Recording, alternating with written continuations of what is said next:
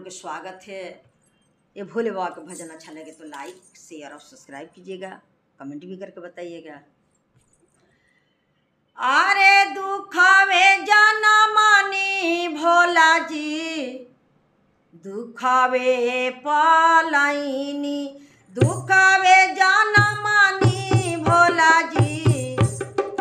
दुखावे पालाइनी, दुखावा के मारल भोला जी, दुखावा के मारल भोला जी, गैनी नई हाराबा, दुखावा के मारल भोला जी, गैनी नई हाराबा, फूलल के मड़िया भोला जी,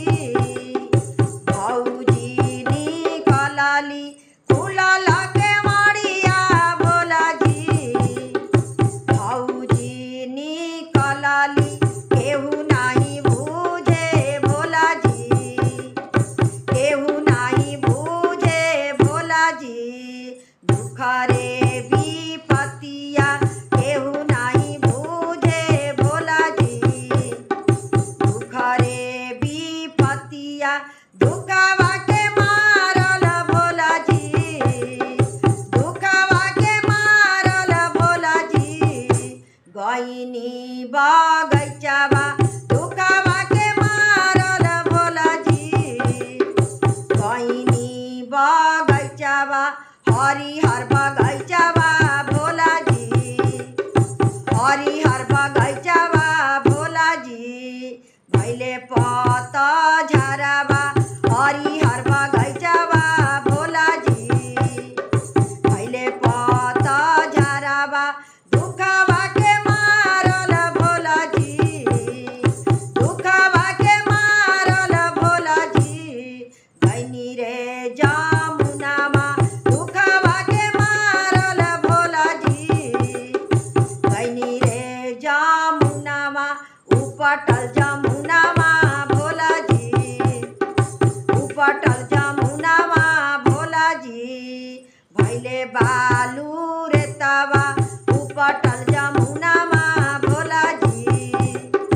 भैले बालू रे तवा, दुखवा के मारल भोला जी,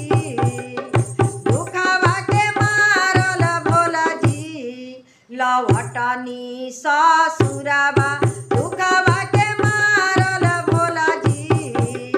लवटनी ससुराबा, सासु ननदिया भोला जी, सासु ननदिया भोला जी, घर से निकलली सासु ननदिया भोला जी, घर से निकलली, दुखवा के मारल भोला जी, दुखवा के मारल भोला जी, आईनी मंदिरवा, दुखवा के मारल भोला जी,